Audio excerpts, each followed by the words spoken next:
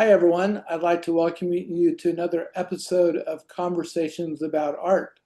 My name is Alan Constant. I'm from Albuquerque, New Mexico, and I'm here with Paul Rowland, who lives right outside of Tokyo, Japan.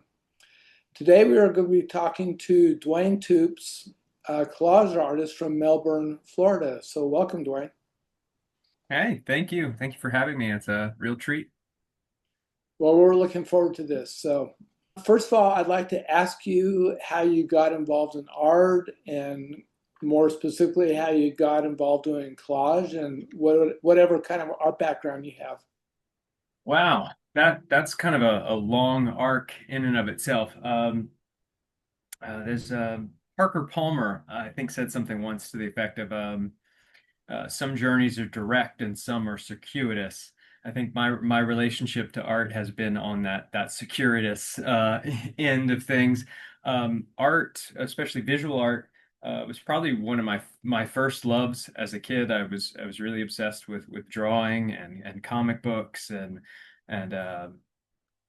things like that, and really dug my heels into that for a long time, even up until early in my high school years. I had a painting teacher that gave me a book on abstract expressionism, and that was where I first encountered Jackson Pollock. And something in seeing his work, even just in a book, felt like it shifted the entire planet for me. Like, just I felt like I understood what art could be more than I ever had before, but quickly realized that whatever magic he had, I didn't have. I got away from visual art for a really long time and pursued a lot of other things. I committed myself to being a musician for a long time, and I've dabbled in photography and cinematography, and writing has always kind of been very prevalent for me. Somewhere kind of later in life, I was going through a really difficult time personally. I was going through a really difficult divorce, and life was just having to reset and start over. And all of my normal creative tools that would have normally helped me cope with things just weren't working. I just felt like I didn't have it in me to write. I felt like I just didn't want to do the other things that normally worked. And somewhere along the way, I started dabbling in cutout poetry and erasure poetry. The process of doing that and the kind of the tactile nature of it, I just felt like I ended up finding access to my words in a way that I'd never had access to before. And then in that process, collage kind of started organically happening. I started wanting something to put these little constructed poems on, so I'd make collage backgrounds. And then over time, I figured out that I actually loved making the collage part more than the eraser poetry part. And so I just have been leaning ever since. And the more I've delved into collage as a medium, I feel like I've just had such a clearer access to my own creative voice. It just clicked for me in a way that almost nothing ever has before, and so I've just never let it go since. That sounds great. Let's jump in right now and just take a look at your images. Okay, so this first image we're looking at is called Reaching Across Understanding. Can you tell us a little bit about this, like where it came from and how you created it?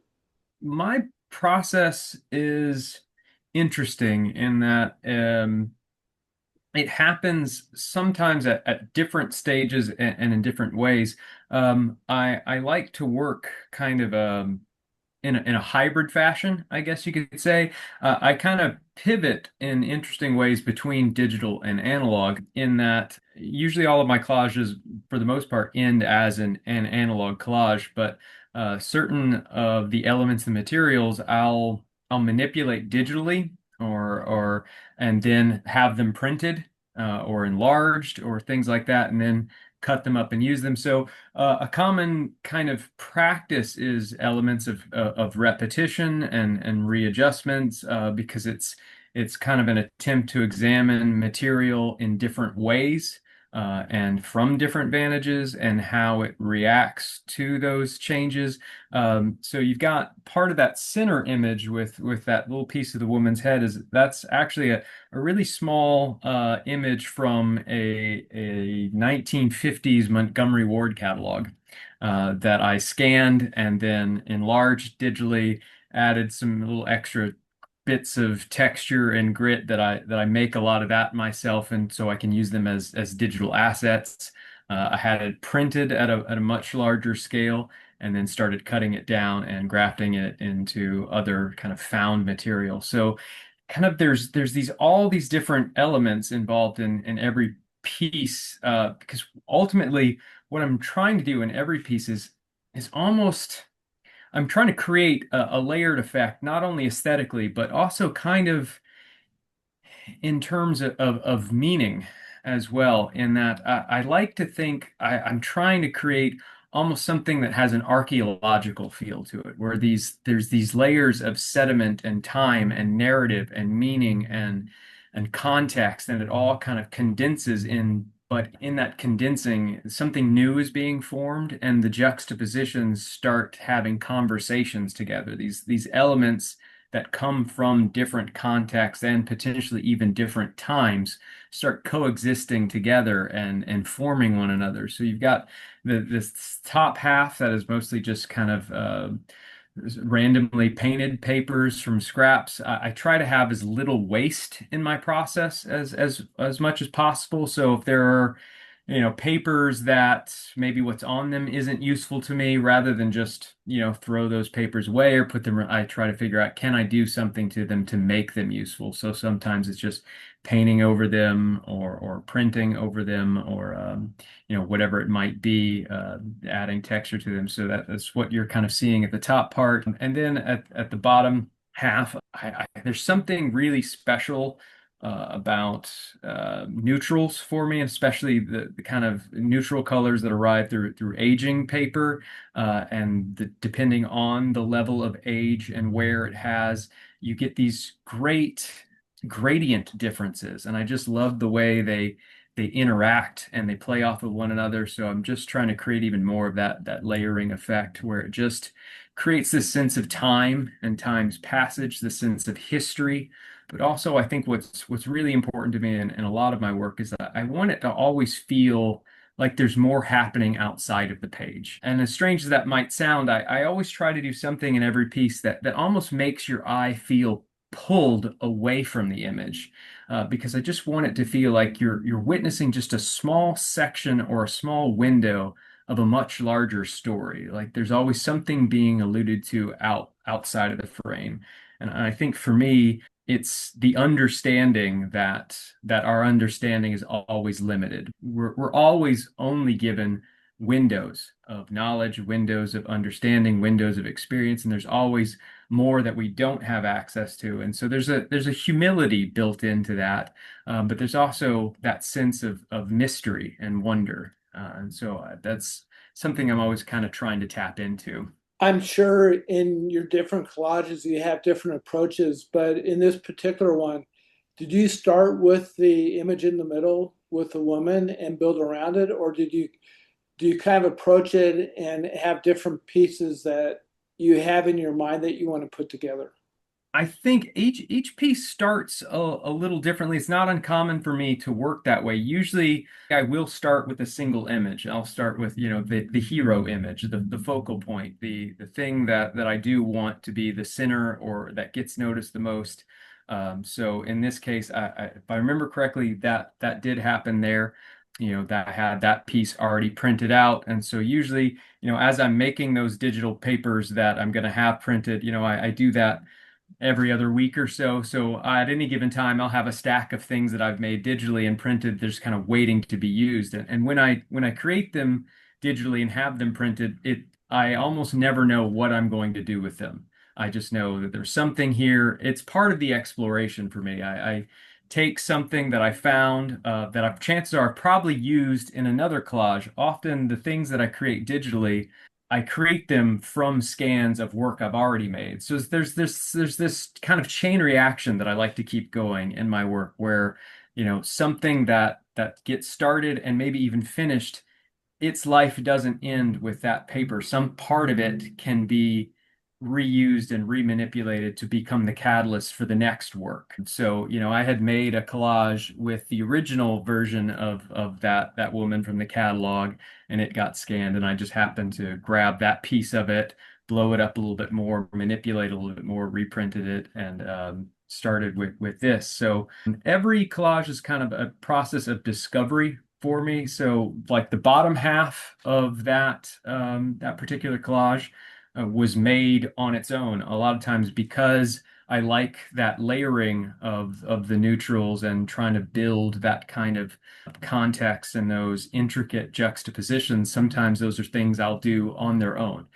Even without a particular collage in mind, I'll just have groups of those that are already glued together and already kind of pre-made to where when I get to this stage that I'm assembling, I don't have to spend the time to intricately piece all those little things together. I've already done that work and I can just pick out what feels like it fits already with this. So that's a little bit of how this one took place. So obviously, like with the top half, that's painted papers. If I'm doing a session where I'm painting papers, part of the freedom and the relaxation of that is I'm not worried about how it's going to interact with other pieces later. That's a problem for a later time. This point is just creating the materials, and then I can figure out what I can do with them when I get to my workbench to actually assemble. So even in this one piece, you're seeing three separate time intervals, three separate work processes, all coming together at a much later point. So you've got however long I sat on those painted papers before I find a use for them, however long I sat on those fragments that got assembled and just sat in the drawer, and then you've got, a printed image that sat for a while, and then eventually they all kind of find their way together. So you're looking at three completely separate processes at three completely separate times, all coming together to form one thing. Dwayne, when you were describing your mental process, it was almost like a director's commentary to the videos of your process that you've posted on Instagram, which I really appreciated. And I realized that I love the just aesthetic quality of your pieces. Of course, they are visual pieces of art, but I love the philosophical implications that you describe, the ethical considerations, talking about depth and duration, time, these being fragments of a much larger whole. Could you talk a little bit more about that? I'm so interested to know where you're coming from. I think it comes from a lot of different things. I think we're surrounded by mystery and ambiguity. Academically speaking, I didn't study art in university. My undergrad is in religion, my master's is in humanities. So most of my academic work has been around subjects of philosophy and literature and culture. So I'm always interested in the interplay, in that back and forth. I think there's always a conversation happening between art and culture. I mean, the society that an artist lives in, they're completely embedded into that culture. They're constantly being informed by it. If I could say it this way, I think every artist in the end is kind of a collage artist because they're taking all this information from their context, their time and their place and their history and their upbringing, and they're figuring out what to do with it. They're figuring out how to turn it into something more or how to something that actually gives voice to becoming a catalyst for something else. So there's this reciprocity that exists between art and the artist and the culture that gives rise to that. In many ways, culture gives rise to the artist, but then the artists are kind of the forebearers of culture. So it's the society that an artist comes up in and all the context, it feeds them and it nourishes them and it gives them the tools, but then the artist takes that, does something else with it, and hopefully, in the best of scenarios, pushes society and culture forward even more. That then it starts becoming another chain reaction where that becomes the catalyst to a new movement of thinkers or a new movement of artists. And there's always that reciprocity and that cyclicality and that forward movement. So I think part of that is from that with me. I think also it's that understanding of going back to mystery. There's always limits to our knowledge. There's always limits to what we can know. There's limits to what we can say. Language is inherently limiting as it is opening. We think because we have language rather than the reverse. It's an incredible thing that we have language, but yet say the words we use for things are not those things. In Buddhism, they have this idea of the finger pointing at the moon. The finger pointing at the moon is not the moon. There's always that disconnect. There's always, and I think that's the position as humans in the world. There's always a slight disconnect. Maybe as Kant might say, we can never have access to the thing in itself. We can get really close, and that's, I think, part of the energy and the motivation to make things, in that you'll never, even as a creative person, you can have a vision, you can have an idea, but the thing that shows up on the page is never the thing you actually envisioned. Sometimes it's a complete changeling. It takes you by surprise. It becomes something completely unexpected and unlooked for. Sometimes it lands right, sometimes it falls apart. You never know. But the fact that you couldn't quite reach it is always the thing that propels you into do more work and to see if you can get just a little bit more, if you can understand a little bit more. In that regard, iteration is an extremely important part of my process. So I'm never very precious about a finished work, because I think a work is good insofar as it gets me to the next piece of work. And that's what I'm always more interested in, is not necessarily this work, but what this work will teach me that I can bring to the next piece of work, and how it will inform the piece that comes after and after that. And I think time is interesting in that same respect, because there's always a certain amount of ephemeralness to things. Things are always kind of fleeting. Nothing is completely permanent. Nothing is static and unchanging. There's always something evolving. When you take something as simple as the way paper yellows and ages, it didn't always look that way. The fact that it looks that way and has that aesthetic qualities, it didn't come from that from the beginning. This paper had to sit in certain conditions, in certain climates, in a certain time, in a certain place to take on this, and then somehow I come across it. And that in itself is almost a miraculous kind of serendipity, that this magazine that was just a throwaway piece of culture in the 1950s has survived and has taken on new qualities because of that survival. And so what you're looking at when you see this yellowed paper and when you see it become layers, you're seeing resilience, you're seeing persistence, but you're also seeing change and growth, and how that can play out differently than you might think, and how it comes to be something else. And so it's kind of just an examination of all those things at once, if any of that even makes sense. It totally does. I'm just captivated by your words, and you are such an eloquent explainer of what you do and what artists do. I'm deeply impressed, and I couldn't stop thinking that you must have read The Master and His Emissary by Ian McGilchrist. I haven't, but it's been on my list for so Okay, this will long. probably be the best book you've ever read in your life. I'm now Okay. reading the next one, The Matter with Things. It will blow your mind. You're Oh, I basically can't wait. talking about, okay, please, that's my highest recommendation. So this one is called Mastery Over the Named, and we haven't talked about your titles yet, but to me, they're always intriguing and they're always kind of mysterious. So is there a process by which you title your pieces?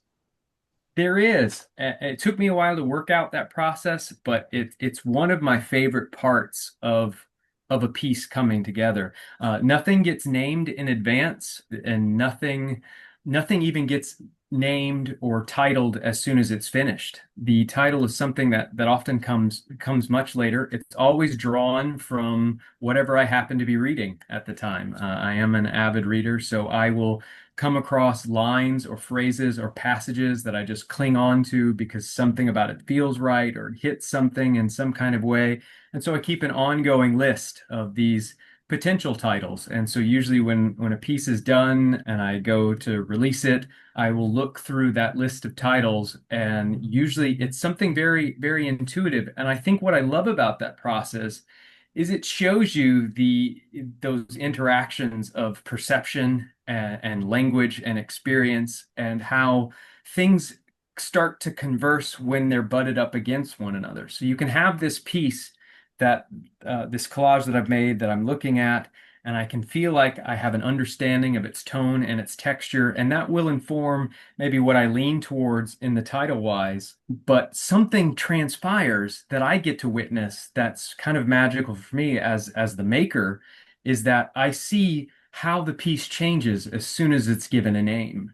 It becomes something sometimes different than what it already was. And I've not added anything to it. I've just called it something different.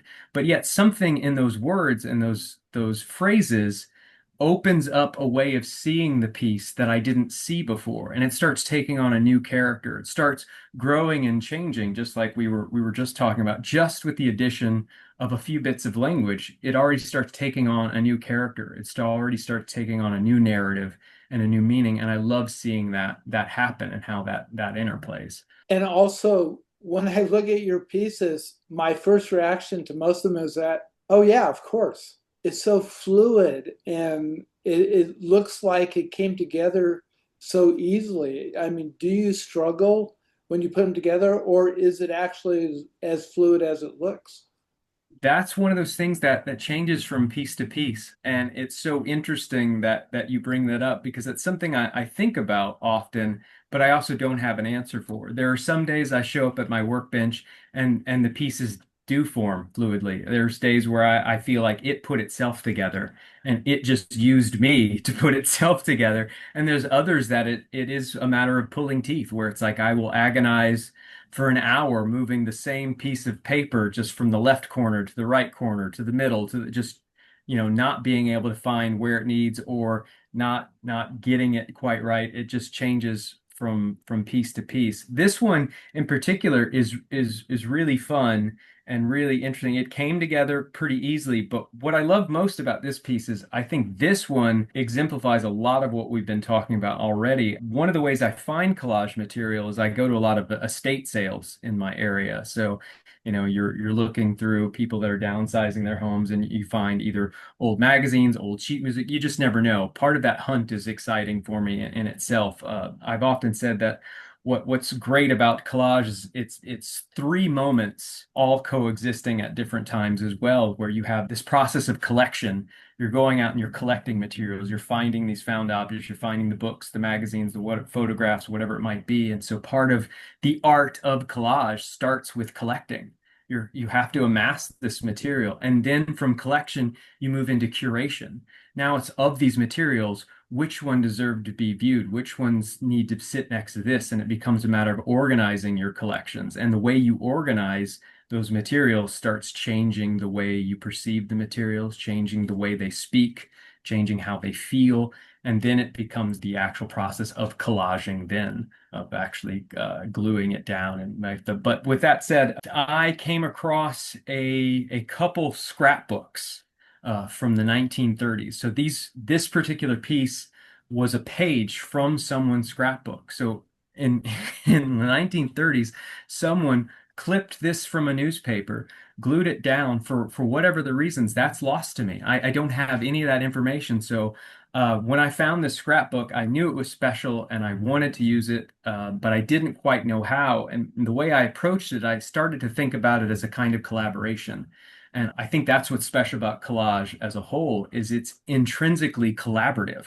You're starting with pre-existent material. You're not starting from scratch. There's kind of almost no such thing as a blank canvas when it comes to collage. You're always starting with a photograph that was already taken with intention by a photographer, that was already used for a specific purpose. And then you start repurposing it. You start re-meaning it, reimagining it.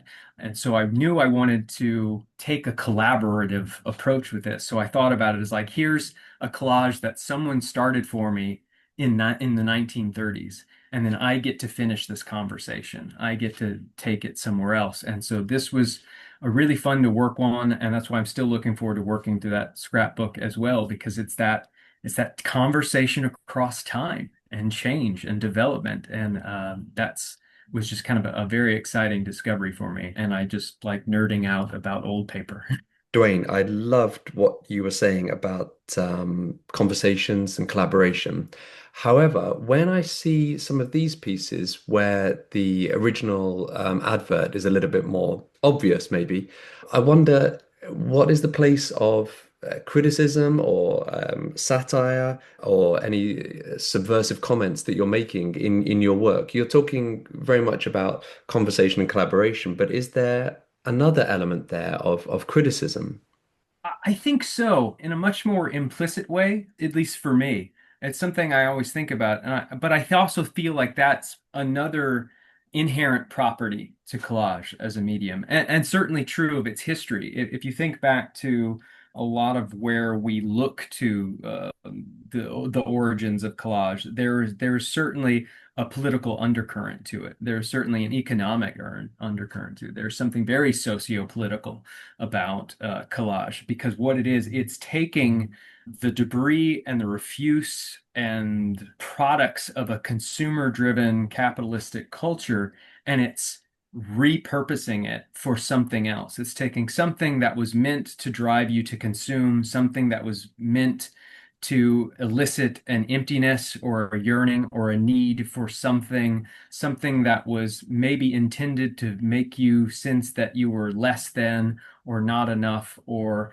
that this type of life is more admirable than that one. Whatever it might be, there's always messaging involved in our consumer products. It's always there. And I think in some regards, what a collage artist does is take that and then decodes it and then subverts it and turns it in upon itself and starts it becomes kind of an Ouroboros where it's like now we create a serpent that eats itself. So now we're going to take this thing that is pushing us to consume, but now we're going to bring it about in a way that now it's not consuming, it's feeding us in a different way. That is fascinating. I completely understand what you're doing.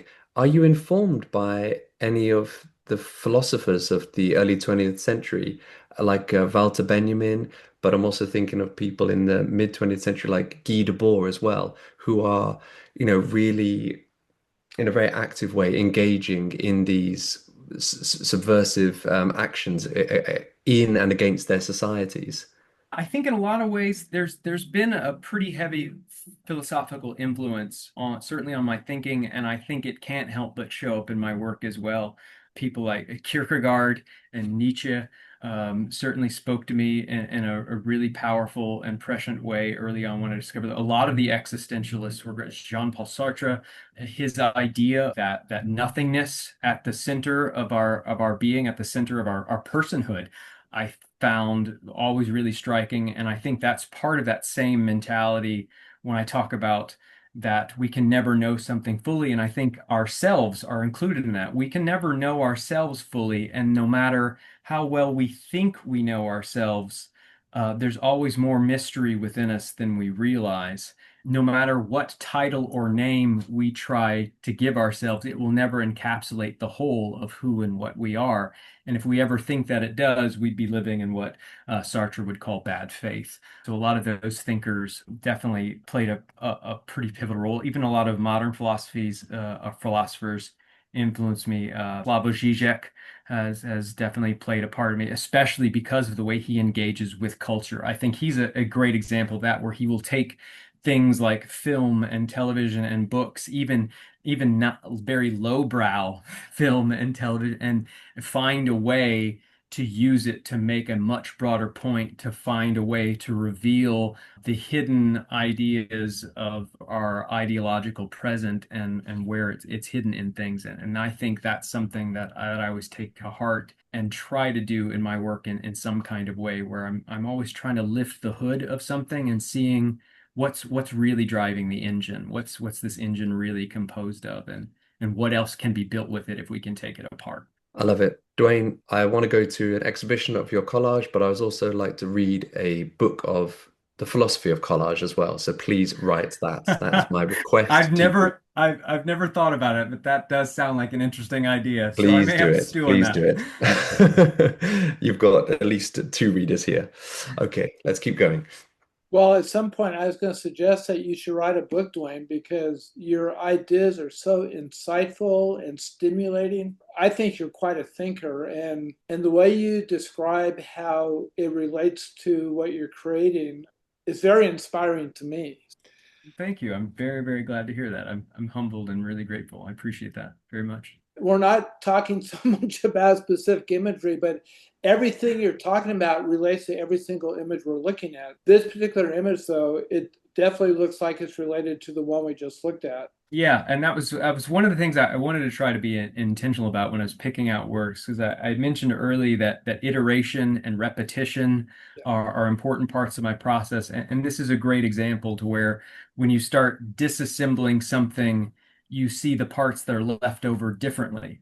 The story starts to change, so you can have what is in its original state would have been an advertisement in a fashion magazine, and I can't even remember what the original advertisement was for, but immediately you take that, you scan it, you change the texture and feel of it.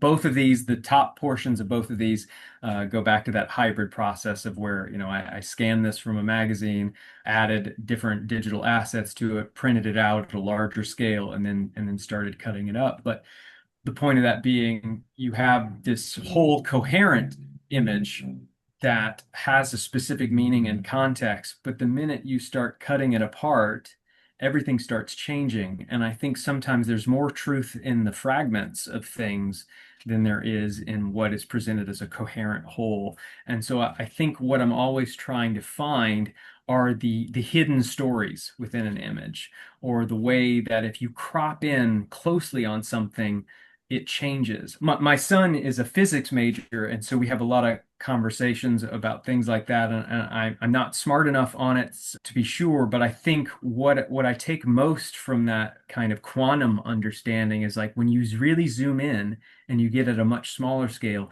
things become much stranger and much more interesting. And it's so different when you get that close to something versus when you zoom out. And I'm really obsessed with that concept. So I think that's why you see things like that in my work where I will the previous image you're looking at just legs and feet, because what does that now mean? If you just narrow it down to that, how does the story change? And so obviously this is just the top half of that previous image.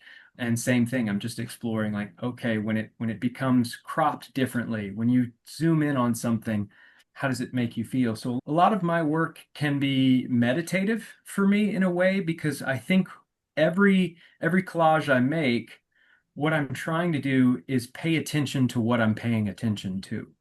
I'm trying to see what happens with me when I crop this image this way. What do I feel when this color touches up against this color? What happens when this is situated next to this? And examining those feelings and then trying to figure out, okay, how do I lean into that more? Where is that going? Where is that taking me next? And so there's something very contemplative about that process. And I think back to the idea of iteration and repetition, what that is it goes back to that conflict of understanding, or the limitations of our understanding. You can have something that you think is coherent and whole, that then as you look closely, it changes and becomes something different. And it's just really trying to examine how that works and how that plays out. And so everything I'm working on is trying to examine those limits. And when you can take something that you've already made and an image you've already used, and if you just change the perspective, it changes your whole understanding of everything that follows. In line of what you're saying, I just look at that phrase in the middle, almost perfect. If you didn't have that in there, it would be one image. But because you put it in there, all of a sudden we can see the effect that language has on art and how it can take you in a whole different direction. And all of a sudden becomes a commentary on our values as a society and what we value in terms of beauty and that kind of thing. Just that little phrase just changes the whole piece of work. I mean, I couldn't agree more. That is one of the things that I love seeing happen, and that's the same mentality behind how I title pieces, and also why I do this periodically too, where I will play with adding certain phrases that I'll cut out of. Once again, because I don't like to let anything go to waste, I have, lots of books that I've bought for the images, but there's these pages of just text, and so what do those get used for? And so sometimes it's things like this where I'll mine them for just small passages and small phrases, and I get to witness that shift in my own perspective when I can add one little line of text, one little line of phrasing, and suddenly that it opens a whole new window into that piece that I didn't have before. I loved it when you were describing your evolution as an artist, and you were talking about dabbling in music, I think, but definitely Hmm. photography and cinematography as well. And what strikes me when you're talking, partly because of the philosophical implications of your work, but also the experimental tendencies and your willingness to risk, you really remind me of Brian Eno. Um, Mm. I would like to just ask you, how do you feel that all of those different parts of your, artistic being interact? You talked about, repetition and iteration, and there's clearly a rhythm in your work as well. How are those different parts of those different characteristics of your artistic being manifested in your work? I think if there's maybe one intrinsic arc to the trajectory of my work, it's that everything coheres. There's a coherence available to even the most fragment of things. It's just maybe a different coherence than we'd imagine to be. In that, I just mean that no matter how disjointed or seemingly unrelated things can be, there is some connectivity between all these various things. We tend to think of ourselves as people that exist in different places. We have different titles at home. I'm a father. At work, I'm a this. When I'm my friends, I'm with this. And there's a certain kind of disjointed nature that's built into the way that we have to exist in the world. I think social media certainly plays on that. We are very conscious of the way we present ourselves to the world. We want to be presented as a certain we're asked to share our favorite movies and our books, but we're even kind of coding in that. We want to share the books that we want to be known for having read. We want to share the movies that make us look good because we've seen them. So there's this certain kind of thing that happens. Everything is always still informing everything else. To land that into something sensible, I think it has taken me a long time to find how all those pieces fit, and I think that's the work of collage, or probably what I've learned from working on collage that I can take as a lesson into myself, is that all these disparate things that seem like they shouldn't play well together or may seem antagonistic within myself actually fit into something. It may not be neat and it may not be clean, but there is a coherence to it, and so I'm always definitely trying to play off those ideas as well. I think on a more aesthetic level, I think that time, trying to do photography and cinematography has certainly helped in my approach for how I compose an image, how I crop them in certain ways, how I cut this out but leave this in. So there's always an element of editing involved. And then yeah, I'm glad you brought up the rhythm. That's always important to me. I always want there to feel like there's a natural flow in the piece. I want it to feel like it's a story. I want it to feel like there is a history and a narrative here, even if you don't have all of it, even if all you get is this window into this other time and this other place, into this character, into this narration, but you feel like it's an intrinsic and flowing and seamless part of another story. So I think there is a archaeological, historical, and maybe even just a directly cinematic feel to my work that I at least try to get. In one of your recent posts on Instagram, you made a statement about the task of the maker. And you said the task of the maker is not to suffuse the void, it is not to fill in the nothingness. The silence is already humming. The blank page is always already alive with promise. The job of the maker is one of uncovering and revelation. To reveal that what was thought to be empty has always been a source of infinite abundance. When I read that last line, it just feels so comforting to me. That thought of infinite abundance within the emptiness or the nothingness. Can you talk a little bit about this idea and how it relates to your work? I think if you look at the mythopoetics of ancient societies, and especially their myths surrounding creation, In almost all myths of creation, there's really no such thing as a creation ex nihilo. There's no creation from nothing. And even when you see it in the Judeo-Christian tradition, that's a much later idea posited upon the text rather than one could actually draw from it. There's always something pre-existent in this primordial nothingness. We talk about every creation that starts with a void, with a nothingness. But the interesting thing about the ancient mythic societies is when they talked about nothing, it's not nothing in the way that we think of it. It's not a nothing that is vacuous. It's not empty. It's just unformed. There's always something already permeating. The nothingness in a lot of these old stories of creation, they're rife and teeming with potentiality. They are this bubbling cauldron of possibility.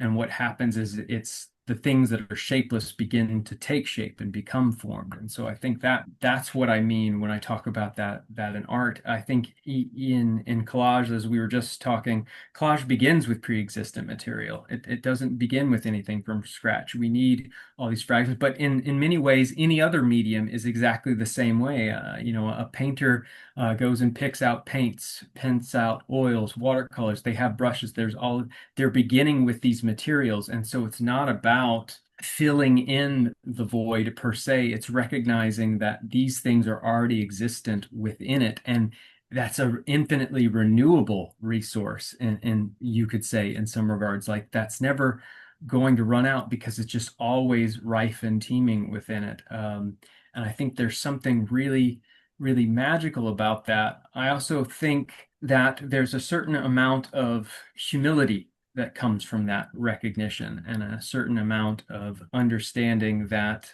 there's always a little bit more than you have access to and realizing that that's always something so rife with potential. Hate to keep reusing that word over and over.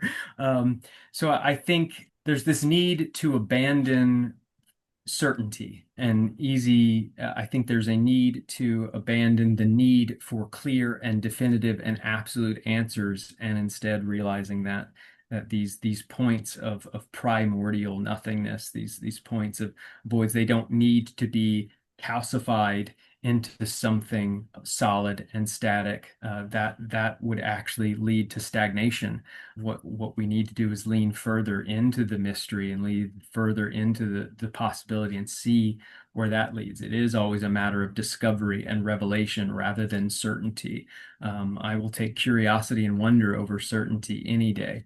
The people that scare me the most are the people that are the most certain, because generally no one can have that kind of absolute knowledge. And so I feel like for a lot of artists that are coming up, I think from a more technical standpoint, they might feel the need to have it all figured out, to feel the need to understand their process or to understand the work, or to feel the need that they may not even be able to start the work until they know what they're doing. And my position is one like, no, that's not your job.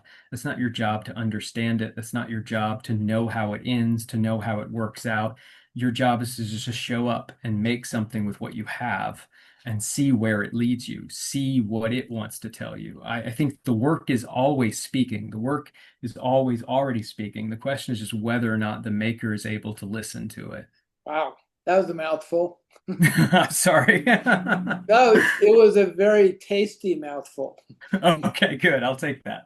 I want to read another quote, but before I do, you said to me something in a private conversation, if I understood you correctly.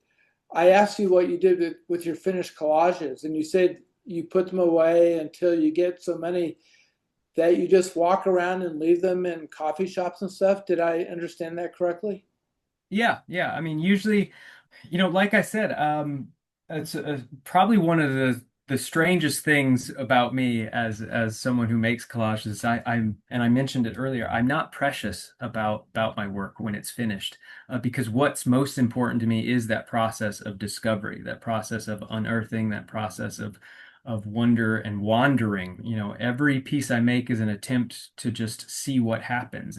Almost every collage is kind of its own thought experiment in some ways. And so once I finish a piece, everything that I needed to get out of it happened in the process of making it. Because what I was after was what happens when this touches this? What happens when this becomes this? What does it turn into? So once it's done, I'm already thinking about the next piece. I'm already thinking about the new discovery. So I will, I'll post them, I'll put them as available for sale in my shop, and if they sell, great, I'll ship them out. And then if some collages sit for a while, then yeah, one of my favorite things to do is I'll go to, Barnes and Noble or my local favorite used bookstore or wherever else, and I'll just kind of hide them in books that I love or just leave them in places. And I love the idea of things that I've made being put back into the world.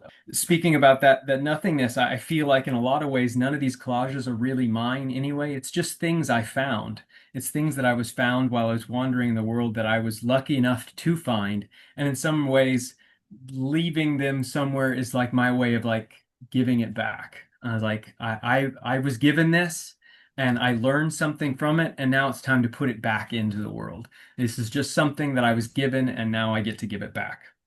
I feel a bit silly now asking you about your ideal exhibition because you've literally described giving it away. But if you were to have just carte blanche to display your work, it might be a multimedia thing with music as well. Your writing is somehow involved. What would that look like for you? That's such a great question, because I can tell how stumped I am to answer it. I don't think I have an answer for it. So much of what I love about my work happens at my workbench that how it's presented and received in the world is such a secondary thought to me. It's not to say that it doesn't matter to me or I don't care about it, but I think that's the conversational part of it for me. I love making things and then putting them in the world in some way and then seeing how it gets interpreted. One of my favorite things about showing work is when someone starts talking to me about the work in ways that I didn't even think about it. So here's this thing that I've made, but then I will learn more about my own piece or my own work from someone viewing it because they have access to a vantage that I don't. They have access to a history and a story and experiences that I don't. And they're bringing all that to the work. So every piece of art is a collaboration in that way. I think one of the main well, I don't know if it's the main problem, but one of the problems I think people have in their perception of artists is they think that there's some kind of Gnostic potential within an artist. Like the artist has access to knowledge and information that no one else does. No, we don't know anything more than the audience. I don't know anything more about my work than you do looking at it. So I have every as much chance to learn about my work from you as from myself. So what happens when an artist presents their work, at least for me, is like now they can enter into a dialogue with the audience and to understand what this work means. So there's no there if there's an inside and an outside, people think the artist is the insider and the audience the outsider, but the artist is just as much an outsider as the audience. So we're both standing outside the work, trying to figure out what it means to us and how it functions and what it changes. And that's the part that I love the most. I love hearing people focus in on details that I missed, and I put it that detail there, or whatever it might be. That's so engaging to me, and I think that's why imagining an exhibition, what would be my perfect exhibition would be one that someone else put together. I would love someone to just take my work and then go set up the show and see how they would interpret my work through their abilities as a curator or as an exhibition coordinator. So my favorite exhibition would probably be one that I had no involvement in setting up, that I would just get to show up and experience the story that someone created with things that I created. I mean, what better collaboration or reciprocal kind of dialogue could there be? That excites me, I think. That is such a brilliant answer, and it is so utterly you. That is just the perfect encapsulation of who you are as an artist. And Dwayne, this doesn't happen very often, but you make me speechless. Not just because I love looking at your work, but I just want to listen to you talk. And once again, I urge you, please write a book, which includes your collage, because, in all seriousness, you are a brilliant thinker and I love the way your mind works. But I'm so very, very impressed by how you articulate it all. So thank you so much for explaining your art, but also art in general. I really, really appreciate it. Thank you. I've enjoyed this immensely. This has been so, so great. I'm really glad to have been here. Well, I want to read one last quote that you Oh, put sure. in a post. You quoted Debbie Millman. We choose to see the things we know and can relate to, and we're so often unable to break through existing patterns of recognition to see new things. From your conversation, it seems like you are able to do that to a stunning degree. Is this something you have to work at to kind of keep seeing things outside of your normal patterns? I think that's something I'm constantly working at, on not only artistically, but just on a personal level. Depression has been a very real struggle for me for most of my life. And if you're someone that has that kind of thing happening in your life, you very much know that when you're in various stages or bouts of depression, the way you see the world can change dramatically from one day to the next. One day you can be full of promise and potential, and then tomorrow I could wake up and for some reason every part of the world looks bleak and hopeless and desolate. And so I'm always trying to work at understanding that better, coping with it better. And that's part of why collage is that coping mechanism for me, because I'm recognizing that when I stand at my workbench, no matter how I'm feeling or how I might see the world, these disjointed things come together and they form something new and they form something beautiful. So no matter how ruined or damaged I might think I am, or my life is, or the world is, the fact that I can stand at my workbench and see something meaningful and beautiful come together completely disrupts that thought that things are bad and bleak. Because if I can still make this, if this can still exist here, then it can't be as ruined as I thought it was. One of the practices I do on bad days is I'll sometimes stand at my workbench after I've finished a piece, and I'll just kind of take a few deep breaths and kind of put my hand on my chest, and points when I think that I might be at my lowest, or that there's just no hope around the corner. I can look at my workbench and I can say to myself, I am still capable of creating in this life that I call ruined. And that's just always such a very powerful thing for me as someone who struggles with that, to see that no matter how ruined you think everything is, the fact that you were still able to stand and create something proves that you're wrong. That's a very good note to end on. Paul, could you bring us back? Ah, okay. Sorry, yeah, I was just a bit moved by that. Give me a moment. Whew. Wow. I'm kind of speechless now myself. That was incredible, Duane. No, thank you. I'm so happy to be sharing this space with you right now. I Me appreciate that. too. Yeah, deeply, deeply appreciate your openness, your humility, but also just your incredible creativity. Your words at the end were just, it was, yeah, it gave me hope, but it was just a human being in the midst of life, facing reality, but not giving up. That was one of the most beautiful things I've heard in a long time. Thank you. Thank you. Thank you. I appreciate it.